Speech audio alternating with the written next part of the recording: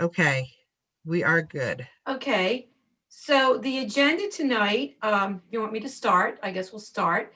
We'll have a little bit of hello and introductions. I'm going to review the plan we put together for the spring planting. It's going to be pictures of the plan plus a little information on the types of trees we're putting in. Um, After that, we're going to talk about planning for Arbor Day celebration, and then we will have a public comment period. So I'm Dolores Lombardi. I'm newly this year made head of the Shade Tree Commission.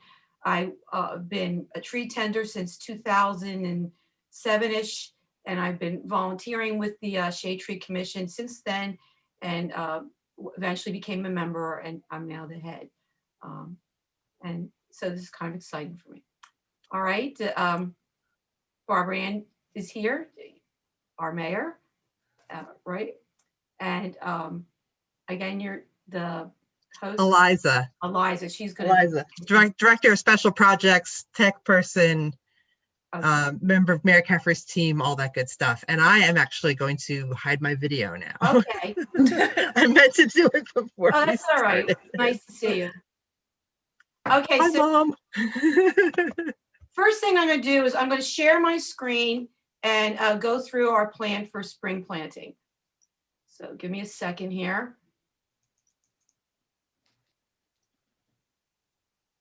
Okay, does everybody see the trees? Mm-hmm. Okay, so we have about 25 trees that we're putting in this spring, and the bulk of them, about 17 of them are going to be going into the Sellers Library and Park area, and actually we're hoping to have the Arbor Day celebration there as well. So we did is I walked around, took pictures, and made plans for where we could plant trees. Then I first made a preliminary plan, then met with the mayor and we walked around and adjusted it. And then I also met with the tree planter from the Parks Department and went around with him to make sure all the places looked okay. And we made a few more adjustments. So we've come up with this plan. So here's page one. What we're looking at here is I have little logos for where we plan to put a tree.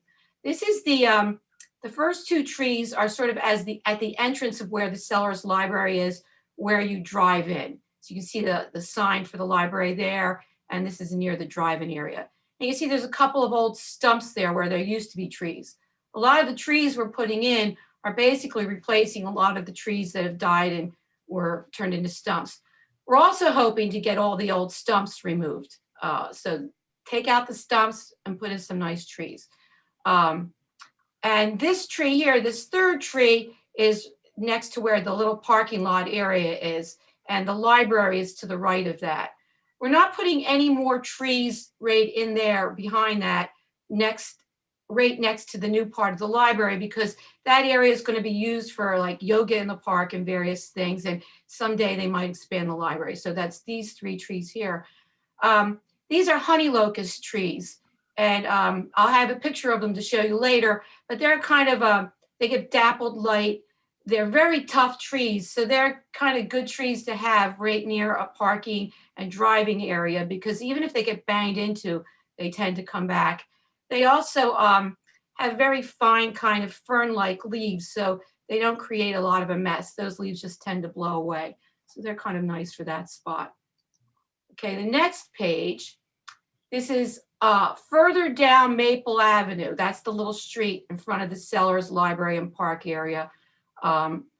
This is up along the street, the playground areas to the right behind them. So there's two big existing old stumps there, which we hope to get removed, and to put in a couple of maple trees. This is the Bohol red maple.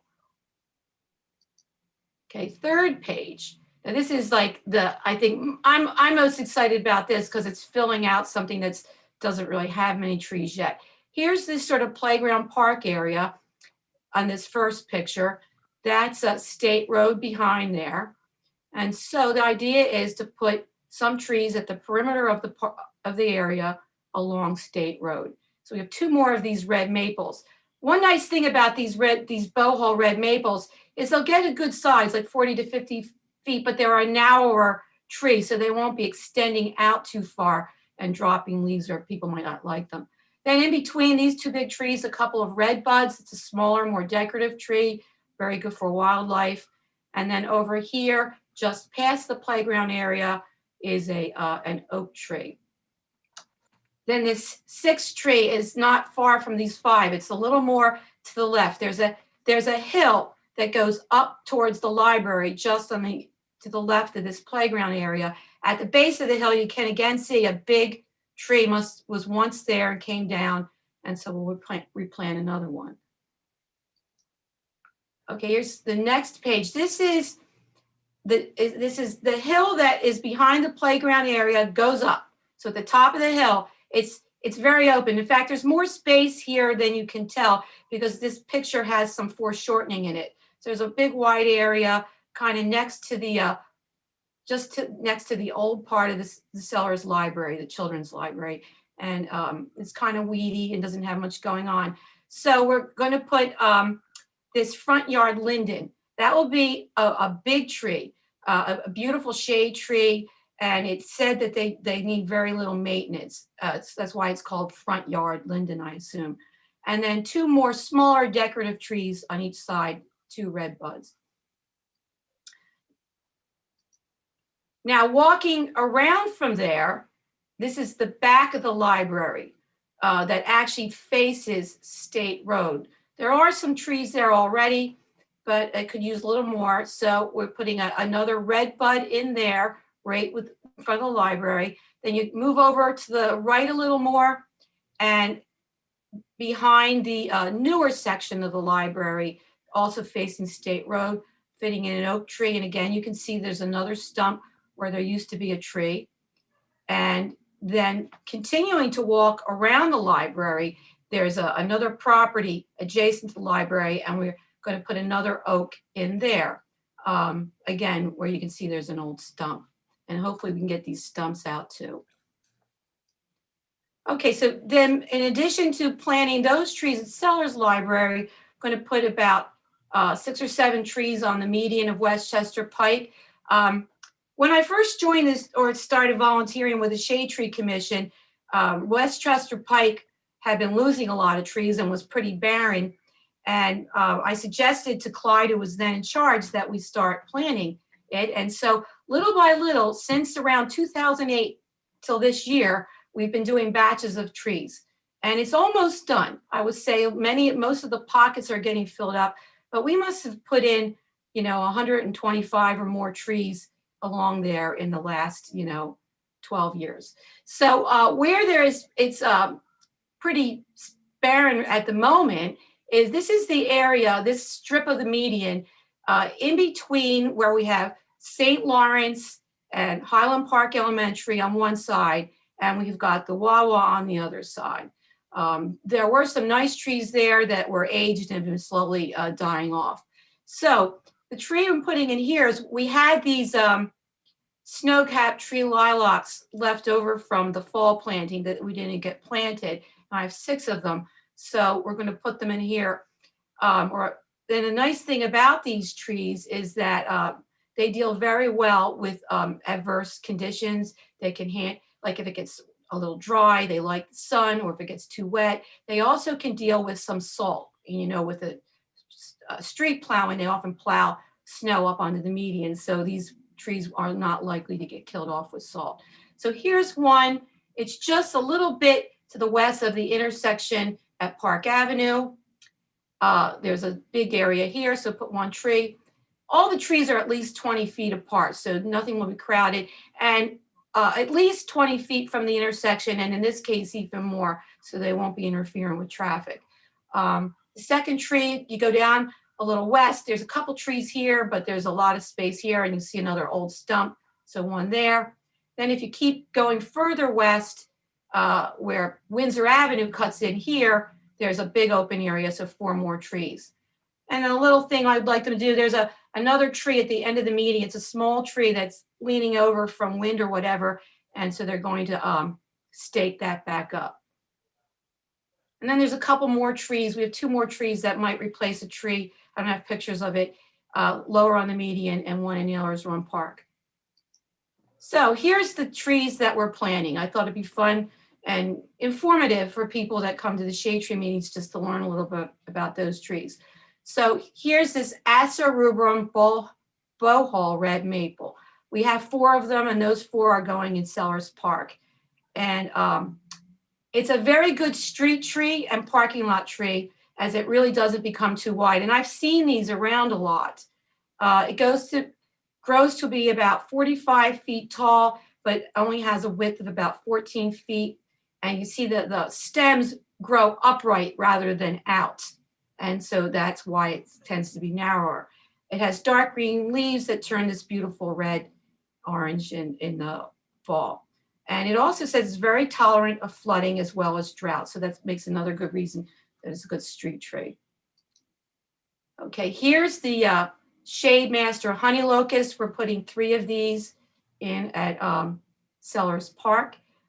This is a very popular tree. You see them a lot, but there's good reasons. It has delicate leaves, so when they fall off, they tend to blow away. It doesn't make a lot of mess on streets and things. It creates a sort of dappled shade. It's very tolerant of adverse conditions. There was one we planted on the median once, and I think the mowers banged into it and knocked it all off. So it's just a teeny little stump. Well, it grew right back, and I pruned it up. So it's a tough little tree for tough spots. And you can see here in this picture, it's put right on a median in a parking lot. It grows to be about 45 feet tall, and it basically is green foliage throughout the season. And I already commented on the leaves. Here's the chinkapin oak. I put the formal name into Quercus. I don't know how to pronounce it. And we're putting 4 of these in at Sellers Library. It's called a good specimen for larger lawns, estates, or parks. So Sellers Library is a good spot for that. It has dark leaves in the summer that turn yellow-orange in the fall. And it has acorns, which are, acorns are food for many wildlife species. So I like the idea of them being where some animals might get to eat them. And it says as it gets older, it becomes a very beautiful specimen. It gets 40 to 50 feet high and with a wide spread underneath. And then here's the red bud. We're putting 5 of these in at Sellers Park and Library also. This is a smaller, more decorative tree that grows to 20 to 30 feet, and it gets almost that wide. And it's packed with seeds that are eaten by all kinds of wildlife. And then what I read about it is what actually is most important as a food source is that it's a great source for honeybees and many of our native pollinating insects. It says, in fact, the red bud is so indispensable to these valuable animals, some expert rated as one of our top 10 most important native trees. The high rating stems from the species' ability to provide the insects with abundant supply of pollen and nectar when it's hard to find elsewhere. And it's also just very beautiful when it's one of the first trees to open in the spring. So it's kind of great to see it. So the tree tenders have also planted a number of those trees. So I'm happy to see how beneficial it is. And then we have 2 of these. These are a large tree. It's called the Tilia americana front yard linden, and it's a basswood tree. We're putting 1 in at Sellers Library. That's at the top of that hill where there's a big open area. So it'll have plenty of room there. And we're putting 1 in Naylor's Run Park to replace a tree that had died. It's limited in terms of its benefit to wildlife, but it's a great shade tree. And it's said that it needs little maintenance, even though it is large. So that's a nice thing. It gets 60 to 75 feet tall and spreads 30 to 40 feet wide. So that's my presentation of what we're planning this spring. And I'm excited about it and hope it all goes well. And over the years, we can watch the trees grow up. In future shade tree meetings, this is the kind of thing that we'll talk about for people who might want to join, is that we'll talk about the places we can plant and ideas for planting them. Okay, so I'm going to stop sharing now. Okay, and I'm back on. The next thing on the agenda, though, is a talk about Arbor Day. So we just had thrown out an idea to have it at Sellers Library, but now we said we'd use this meeting to sort of zero in on what we're going to do there. So, Mayor, do you have some thoughts on that? Just a couple things. I like that there's going to be 17 or 18 trees planted in one area, so it's very compact. And I think it'll be very impactful Mm-hmm. In the short term and long term. But also, one of the pictures you had showed that fence. I think it was behind the Right. barn and extended. So I did. I've been talking with Joe Martin, who's in charge of our Public Works Department, and that whole fence is just going to be removed. Good. I knew you had told me that, but I didn't know whether it would be removed now, so I didn't want to promise anybody anything. Yeah, getting rid of that fence will be great. No, it's funny. Like when I first talked to him about it, he was like, "What fence are you talking about?" And because it has so much, there's weeds and bushes and everything growing into it, it sort of looks natural, but it isn't, right? Like when you're up close, it doesn't look. You can recognize it clearly as a fence. Well, it probably will. When I walked around with Bill Grant, he said last year he cut back all the weeds and stuff at one point. But it's be easier on maintenance just to have it gone, not to be right with all that weedy stuff all the time. And I wanted to bring up too, and I'll email you. We need to coordinate the lining up of the crews for planting the trees and the 811 call for them to come out and certify the spots are all okay. And they can start. We have 13 of the trees we already have here. They're sitting in Nailers Run Park, so they could start planting now in March. And then when we pick up the 12 trees at the end of April, they can plant those. So I'll just write down those instructions again and email them to you. Yeah, if you, I hope you're working with Karen Goldberg. Yeah, I'll mail them to her too. Okay, yeah, so that's how that'll get done. And Joe Martin also said that they're looking into the condition of whatever stump grinder that we have Right. or don't have, whatever. Well, Bill Grant, who I walked around with, just said it hasn't been used for a while, but they have it. So I think they just have to get it out, take a look, and see what's working. It was his feeling it might need some new blades, but it might, I guess until people get it out and look at it, we won't know. But it'd be great to get it back in working condition so we can take care of this kind of stuff. So for the Arbor Day itself, did you say it would be April 30th? Or did we have a date? Mhm. April 30th. Friday, I think it's a Friday. Yeah. Friday.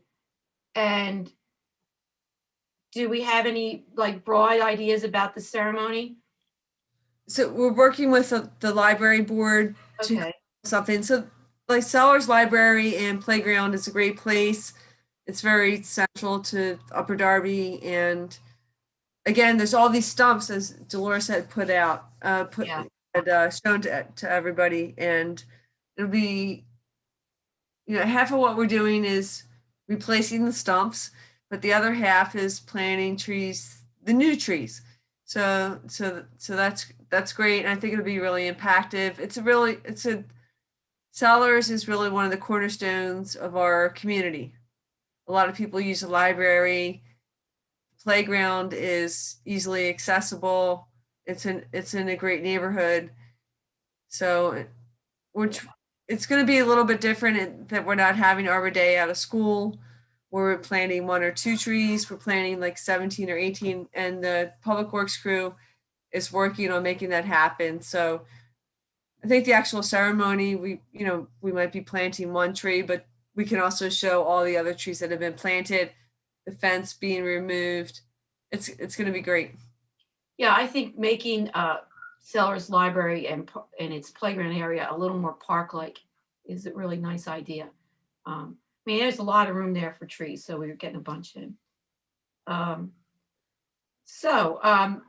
Then do you have anything else you want to bring up? I don't think so. Okay. So that's where we are with that. So then we can have public comment time.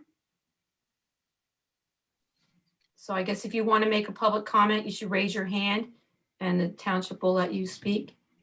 I was gonna say, I'm gonna start with Bonnie because she had just asked a question in the Q&A. So Bonnie, if you could repeat that for Yeah, everybody, that'd be great. Thanks. yeah.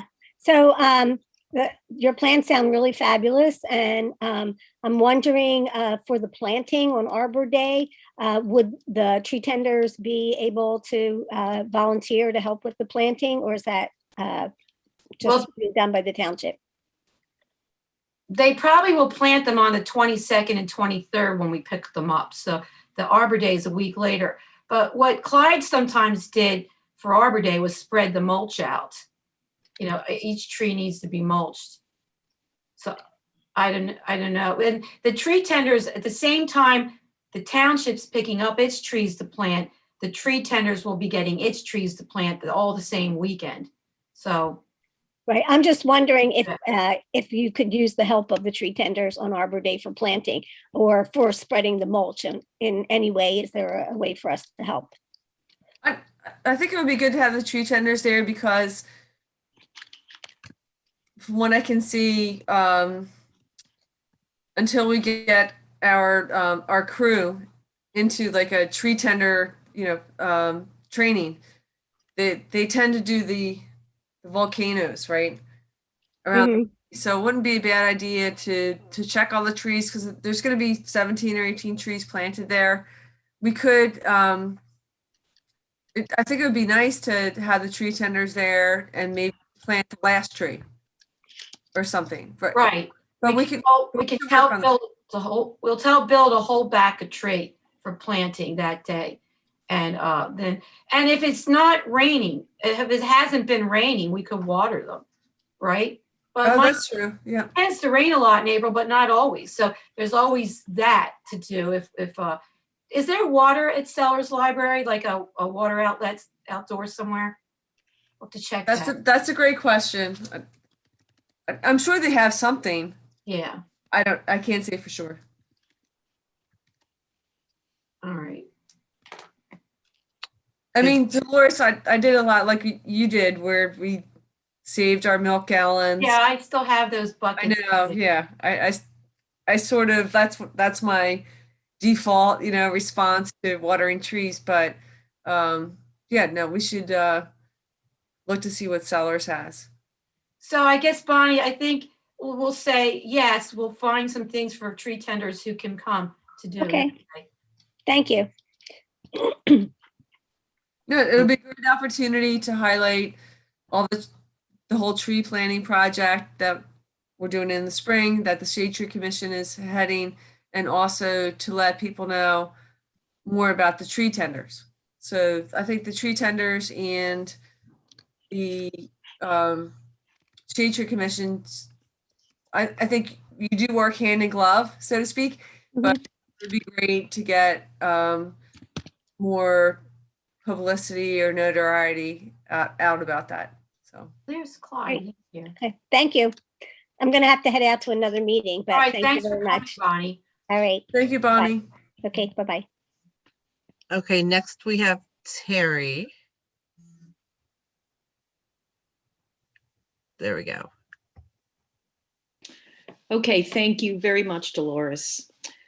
As you know, because I've kept you in the email string all along, there's a very serious hazard tree problem in Upper Darby Township.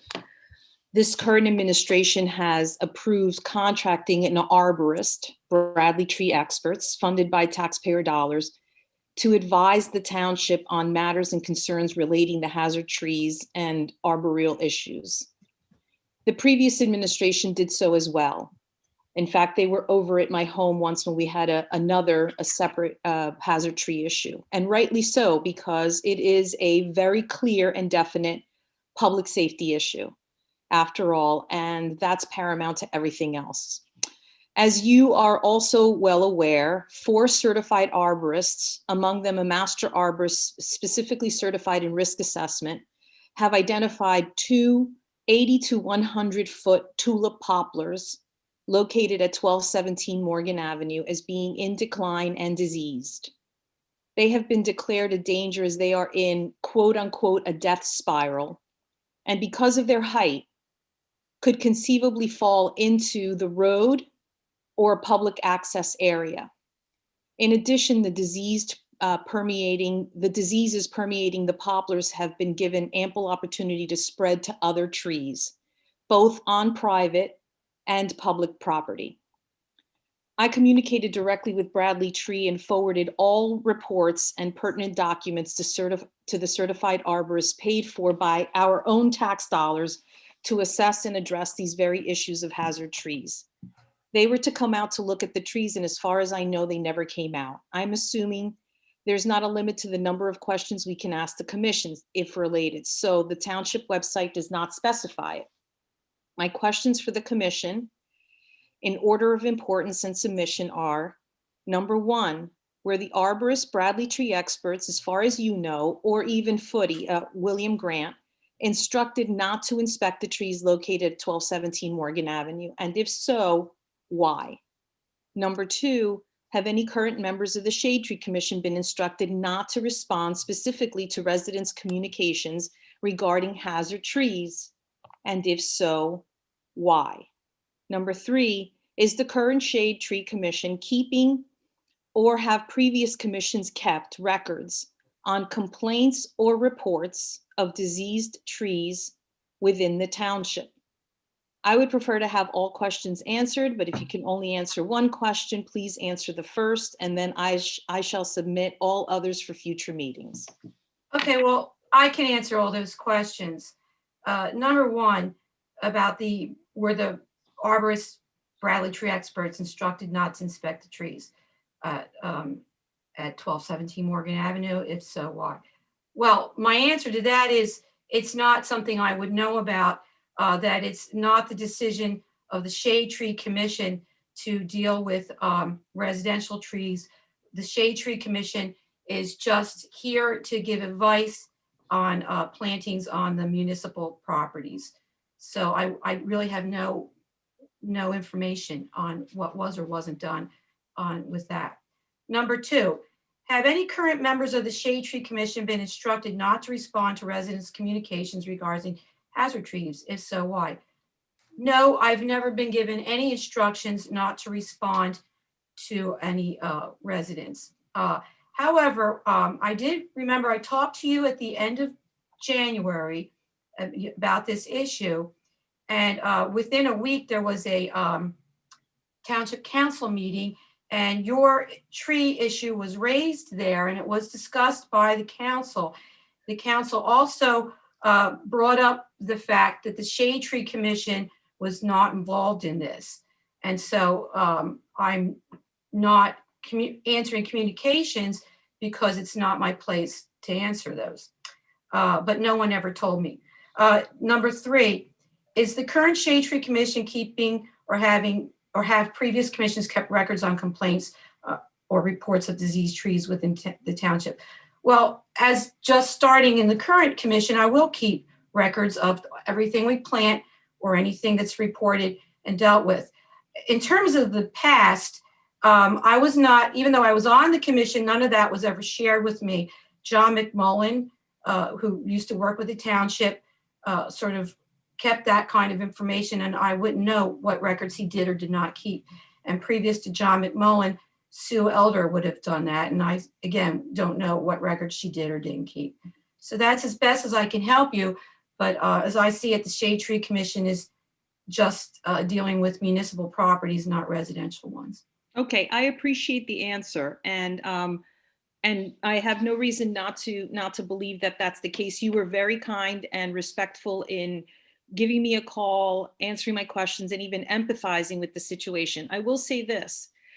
The previous administration's Shade Tree Commission did in fact send a number of people out to take a look at these trees, not excluding Bradley Tree expert Mike Bradley himself, and Wood and Footy Grant, William Grant, who also came out along with John McMullen and the township manager at the time, Tom Judge, and even Mayor Mikosi, because it was a serious enough situation where a hazard tree could possibly kill someone or damage property, as these two have done and the previous has done. But more importantly, in terms of the specific narrow application of the Shade Tree Commission, the disease tree that we were talking about when they all came out was an ash, and it was decimated by emerald ash borer. And that particular tree ended up killing 3 other trees on Lindale because they waited 8 months to treat it for emerald ash borer, which is really unfair for the family who owned the 3 ash that were healthy at the time that we complained about this particular ash that was diseased. And the reason why I bring that up, despite the fact that it has nothing to do with poplars, is that when there is a diseased tree on private property that could in fact infect, for lack of a better word, or affect the health and the vitality of a tree that is on public property, that is in fact an issue that the Shade Tree Commission should take up and has in the past taken up. The township's spending thousands of labor hours and thousands of dollars in planting trees at Sellers and in all the other beautiful places that you've described, in the median, on Westchester Pike. It's admirable and I applaud it.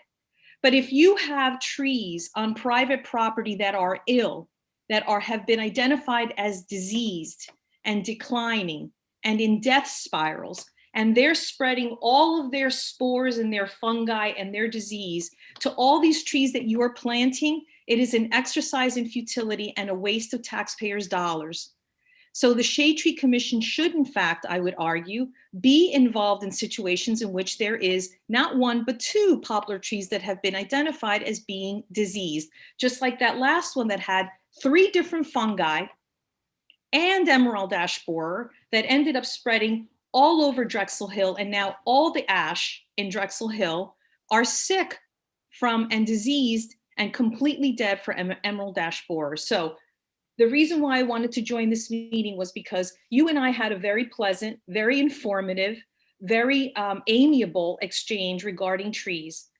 I am very concerned that these 100-foot trees that are 20 feet from my house that have been dropping limbs for 6 years and have caused thousands of dollars worth of damage and have been identified not by 1 or 2 or even 3, but 4 separate certified arborists and 1 risk assessment arborist as being diseased, in decline, and in full death spiral have been left unattended.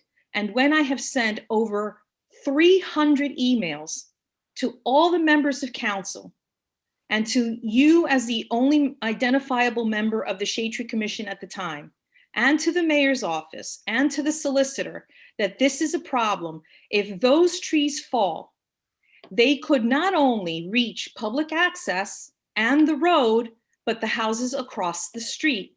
And this is a problem. And I am very upset that in spite of the fact that I have repeatedly called and repeatedly emailed, not one person has responded to me in writing except for Tom Wagner.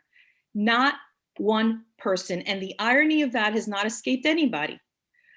This is not a new issue. These trees have been in decline for 6 years. They were asphalted over and the hot asphalt burned the root flare. They are now 2 poplars that are 100 feet in the air that have been dropping limbs on my house for 6 years. So I guess the question is, why suddenly am I calling the Shade Tree Commission? Because just on the other side of that homeowner is a neighbor that has a tree that was so rotted, that has been in decline for so many years, it dropped a massive limb that extended on the roof of the neighbor's house to the middle of the street. And Upper Darby Township sent somebody out there to look at it, and they were looking at it and they demanded that it be removed. So yes, the township should get involved. And yes, the Shade Tree Commission should get involved.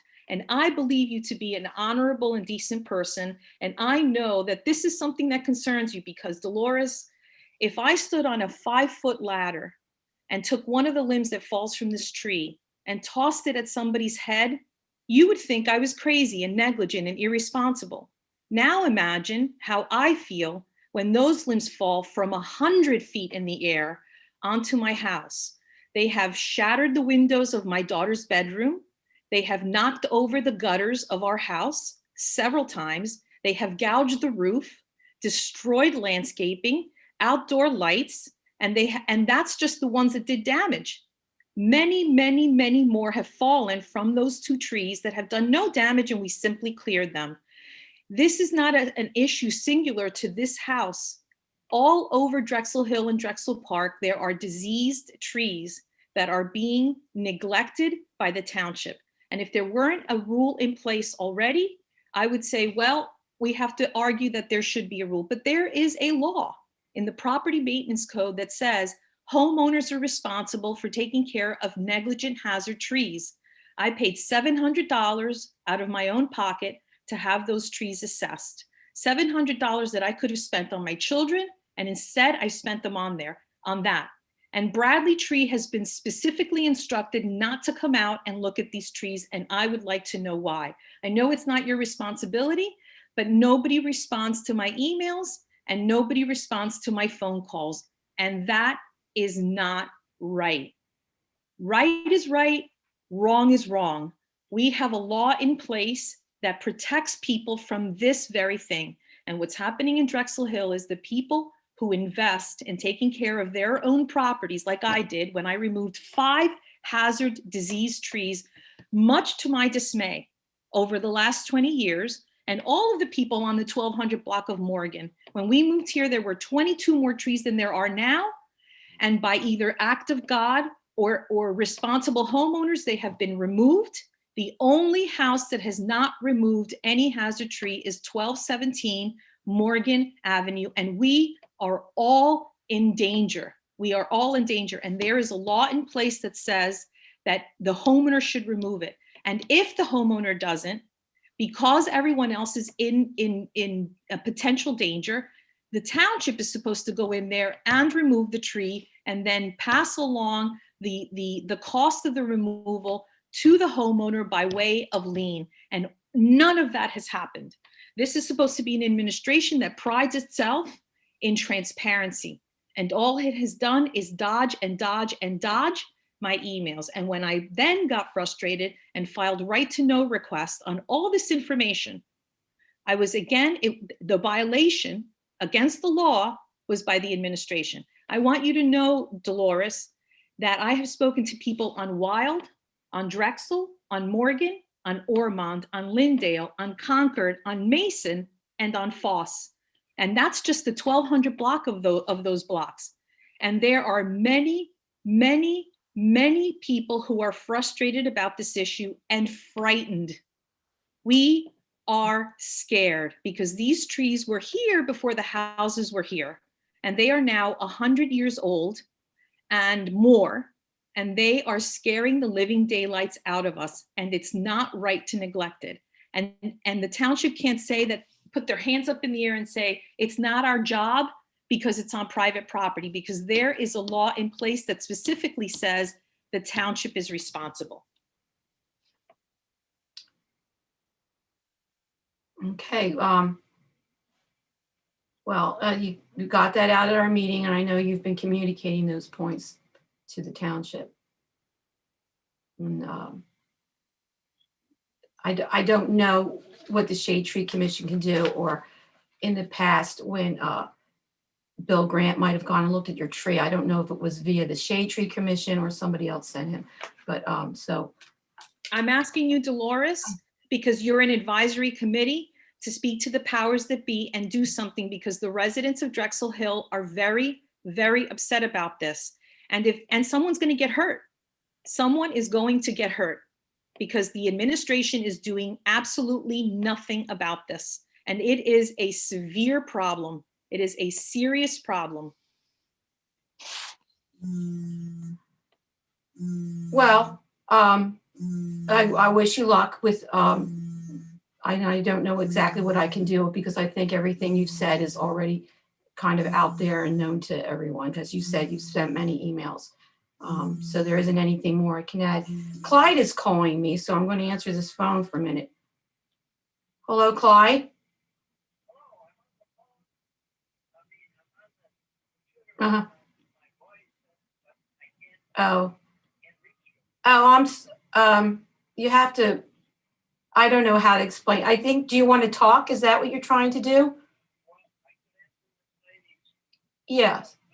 Okay, Clyde Hunt wants to say something if somebody can get him in. He's on the he's on the list as a participant.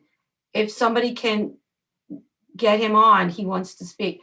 All right, Clyde, well, I'm going to hang up and I don't know how that works. All right? All right. I'm trying. There you go. Okay. Might I try to answer Yeah. this lady's question? Sure. When I was with the Shade Tree Commission, we had lots of trees like this, and we addressed it by saying this is a hazard tree that has to be removed, and the person who owns the tree is responsible for doing it. Now you probably can't hear me. Yeah, no, we can hear you. I can hear you. Oh, well, that's wonderful. Mhm. Because once a tree is deemed a hazard, she's right that we are neglective if we don't take care of it. And many trees could be removed, and we could put the onus on the owner that didn't do anything with it, because that becomes a lien on the property. It's not like we could go out and just do it and send the bill to them. But they should be at least respecting the fact that this thing is not going to go away. And we've lost people in parks because they were hit by pieces of trees. And, you know, it's the mayor at that time told me it's an act of God. But the people could see that this was an act of God because it was just sitting there waiting to happen. And then that becomes our negligence. Thank you, Mr. Hunt, very much. Thank you so much for saying that, because I remember when you came out and then your son came out as well and said exactly that same thing. Acts of God are acts of God. But the truth of the matter is that human beings are intelligent for a reason. And any layperson could look at these trees and know that a child could be decapitated or paralyzed from a limb that falls on their head. The municipality has a property maintenance regulation, as you well know, Mr. Hunt, that says that the property owner is responsible for removal. We can't rely on people who don't want to pay money to maintain their property, to do the decent and moral thing. That's why we have laws. And the municipality is responsible for making sure that those laws are enforced to ensure the public health and safety of its residents. And this particular administration is neglecting that duty entirely to the detriment of the safety of the people on Morgan. So thank you, Mr. Hunt. I have great respect for you and the way that you dealt with it. And your report on Emerald Ash Borer was one that I quoted many, many times when we had the previous issue with the Emerald Ash Borer. You were at the helm of trying to enforce and educate everyone in the township about Emerald Ash Borer, and nobody listened. And now the ashes all over Drexel Hill are dying, and they pose a serious danger. So thank you for chiming in. I greatly appreciate it. I appreciate the work you've done and your son has done, and even Mike Bradley and Footy Grant, who are all on the same page on this. The township has a law in place. The law says that people who own hazard trees that have been identified as hazard trees must remove them. It is not an option. And the township, if the township sees that they have not removed them, must go in and remove it to ensure the safety of its residents and pass on the cost, instead of to the taxpayers, to the owner of the property by way of lien. The end. So thank you for joining this meeting, Mr. Hunt, because I know that I'm not the only one who holds your opinion in high esteem. I hope that this administration will also listen to what you have just said. Well, I think we've covered the issue. I know it's not resolved yet, but I think it's covered. So I don't know if there's anything new to add to it. And so I think unless there's other questions, perhaps we can be finished for tonight and adjourn. Any other person have a question? Does Jean- Dolores, we have Jean Kosha with a question. Hold on, let Jean. her speak. Hi, no, I just wanted to comment. One of the things that, one of the trees that were planted outside cellars maybe 5 years ago, 4 years ago, it's just something to be aware of and something to think about. And I'm not sure that there's anything we can do about it because, of course, there's lots of children. You know, children like to hang on trees. And so they sometimes hang on the trees and break branches and that kind of thing. And you know, I don't know that there's anything we can really do about that. But, you know, so. Well, we'll stake them. We'll stake them and mulch them. And these will be small at this point. It's not very easy to hang on. So we'll just have to hope for the best because the other trees we've planted on the median and other places have survived. So hopefully these will too. But yeah, I know what you mean. All you do is put the stakes up, put the mulch around them and hope that you know, keeps them safe. Yeah. Thank you. And thanks for all the work and the ideas for planting lots of trees around cellars. I think that's going to be beautiful and really add to our community. Yeah, should be nice. It is nice to plant a bunch of trees in one place and have that impact come up right away. So it'll be pretty. Yeah. Okay. I think we're done then. Yep, there's no other questions. Well then, thanks people for coming and let's look forward to Arbor Day celebration on the 30th. All right. Thank you, Dolores, for all you do. Welcome.